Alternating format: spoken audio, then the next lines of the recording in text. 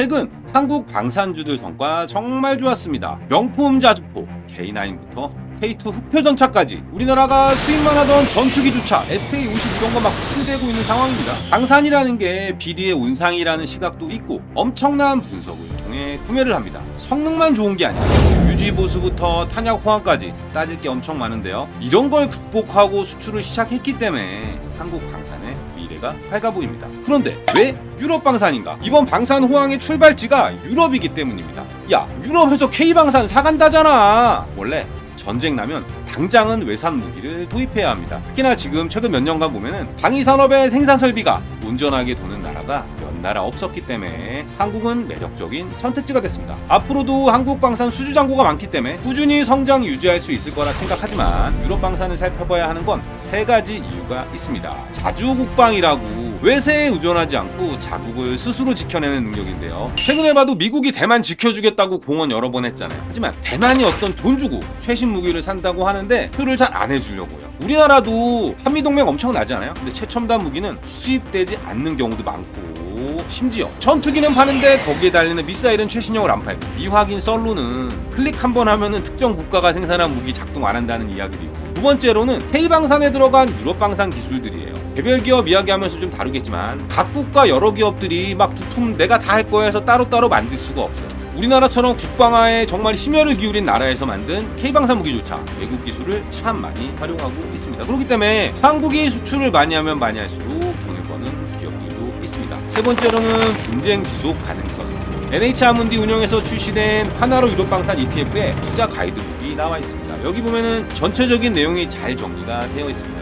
사실 21세기에는 핵 평화론이라는 게 있었는데 이번 우크라이나 전쟁으로 붕괴가 된 상황입니다. 핵 보유국 러시아가 우크라이나에 쳐들어가서 전쟁을 벌이고 있습니다. 물론 미국도 이라크나 아프간 등지에서 전쟁을 벌인 경험이 최근에도 있었지만 잘 안 알려져서 그렇지만 미국을 비롯한 서방 세력도 압도적 승리를 거둔 것 같지만 전투를 수행한 일선 부대에서는 엄청난 피해를 호소하고 있습니다. 아마 지금 러시아도 유사하거나 좀 더 심각한 상황에 빠져 있을 것 같습니다.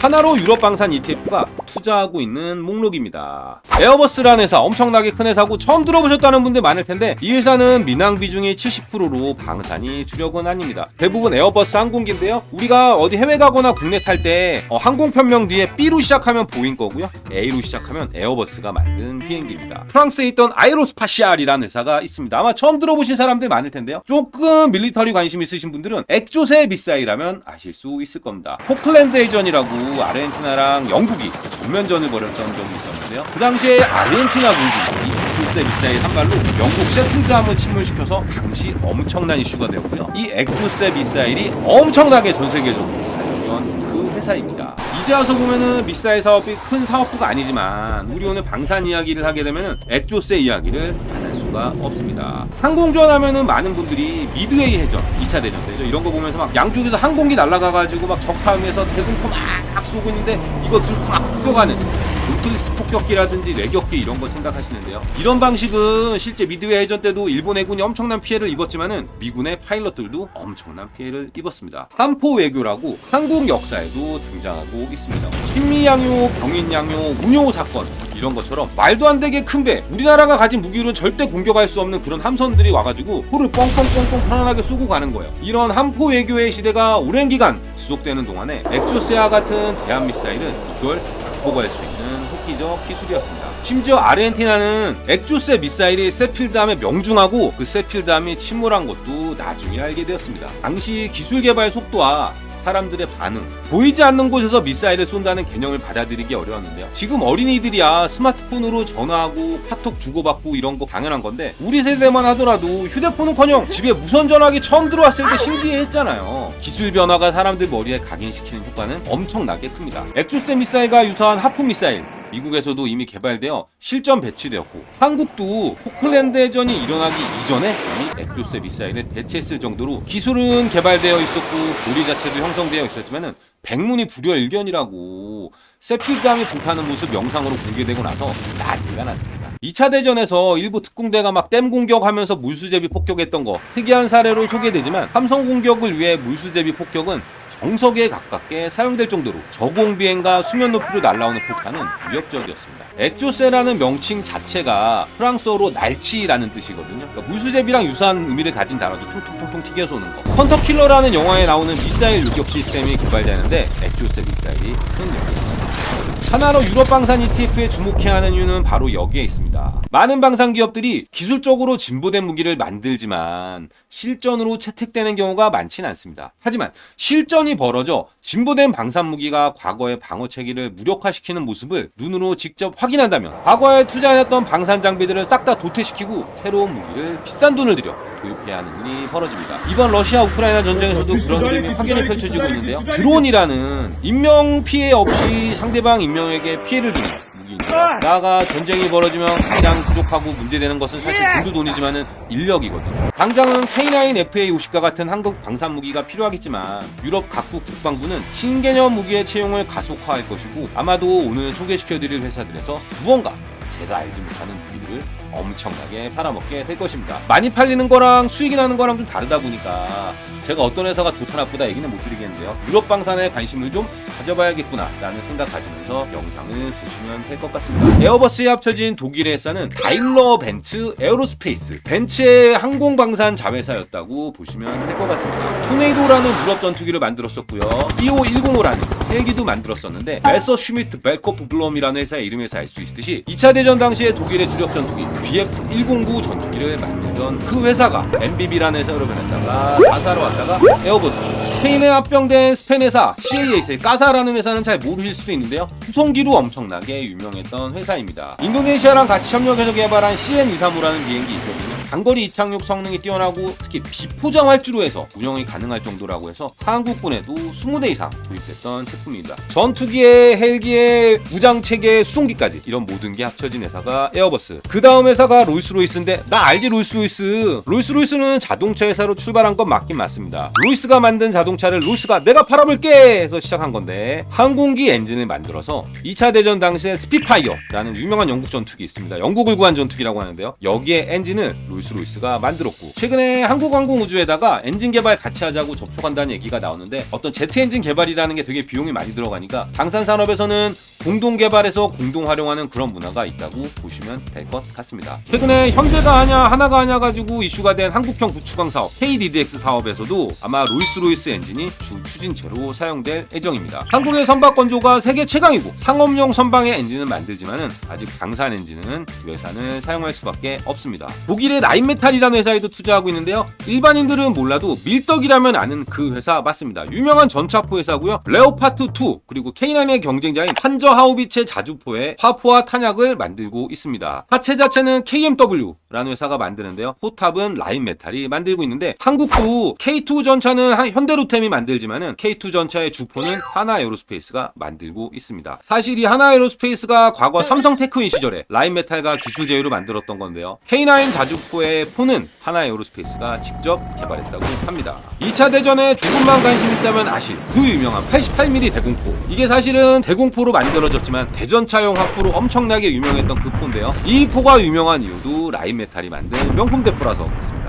타이거 전차의 88mm 포도 당연히 라인메탈 포고요. 펜저, 펜터 등 독일의 유명한 전차의 포는 다 라인메탈이 만들었습니다. 엄청난 완제품 히트작은 없지만 전차에 장갑차에 방공체계 탄약까지 해서 시총으로 보자면은 하나에어로스페이스에다가 현대로템에다가 LIG 넥슨을 합친 것보다 큰 회사입니다. 탈레스라고 지금 하나 시스템의 예전 사명이 삼성 탈레스였는데요. 프랑스의 종합 방산회사, 프랑스 정부랑 다스오라는 방산회사 여기가 지분을 가지고 있는데요. 유럽 방산회사들 중에서 전자정보로 가장 특화된 이런 회사라고 보실 수 있습니다. BAE 시스템이라고 이름 들으면 정말 처음 듣는 회사일 수 있는데요. 영국 FTSE 100 지수에서 롤스로이스가 5위권 정도라면은 BAE 시스템은 10위권에 들 정도로 큰 회사이고 여러 회사가 합쳐진 거다 보니까 히트작들 찾아보면은 2차 대전에 등장했던 무기가 다 나오게 돼 있습니다. 유명한 스피파이어 전투기 외에 랭카스터 중폭격기, 허리케인, 모스키토에다가 웰링턴이랑 처칠이란 전차도 만들었었고요. 마크 45 계열 함포도 결국은 BAE 시스템의 전신이 만들었던 거.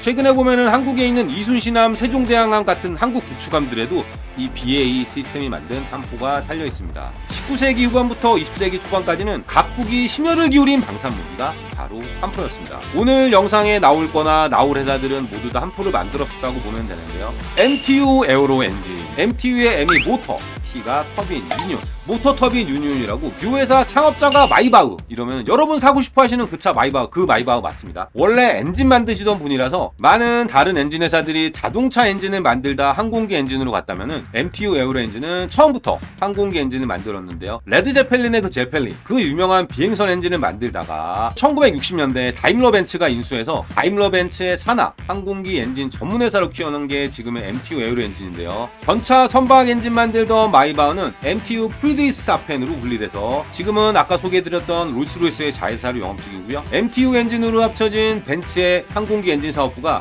2차 대전 때 DB 엔진을 만들었는데 이 DB는 다임러 벤츠의 약자고요. DB601, DB605, 603 지금은 에어버스에 합쳐진 메서슈미트의 BF109와 같은 전투기 엔진도 여기가 핵입니다. 독일하면 유명한 게 극강화 폭격기 슈투카라는 게 있는데요.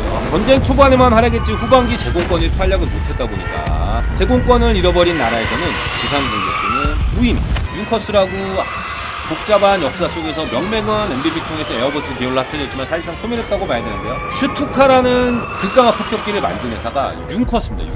윤커스는 슈투카 외에도 JU-88과 같은 폭격기 계열도 만들었었고요. 원래는 민수용 항공기 JU-52 같은 거 타보신 분은 거의 없으시겠지만은 엔진이 3개 있는 게 특징인데요. 양 날개랑 가운데에 프로펠러가 도는 그 항공기가 바로 JU-52 항공기입니다. 이 윤커스사는 지브리 스튜디오에서 한 10년 전에 만들었던 애니메이션 영화 바람이 분다에서 주인공이 유럽 가서 견학하고 오는 회사로 등장합니다. 영화에서도 언급되지만 윤커스 박사는 전쟁에 반대하고 히틀러에 대한 반대로 회사 이름만 윤커스로 남고 통제권은 빼앗겼습니다. 바람이 분다에서 일본이 윤커스로부터 가져오고자 했던 사발 엔진 중형 폭격기 있습니다. G38이라고. 지금 관점에서 보면 이건 뭐 인가 이런 생각 들 수 있는데요. 이런 느낌이 들매도 불구하고 결국 일본에서도 92식 중폭격기로 라이선스 생산까지는 했지만 실전 배치는 못했습니다. 이게 생김새는 다르지만 미국의 B-17 중폭격기랑 유사했죠. 미국은 결국 B-29라는 고고도 폭격기 개발로 일본의 항복을 얻어냈는데요. 왜 이 이야기를 하는가 하면은 바로 하나로 유럽 방산 ETF에 관심을 가져야 하는 이유! 전쟁은 기술 진보에 큰 영향을 줍니다. 2차 대전 항공기 기술이 민간에 적용된 사례를 보면은 B-29가 가장 크다고 볼 수 있을 겁니다. 항공전의 묘미는 당연히 전투기겠죠.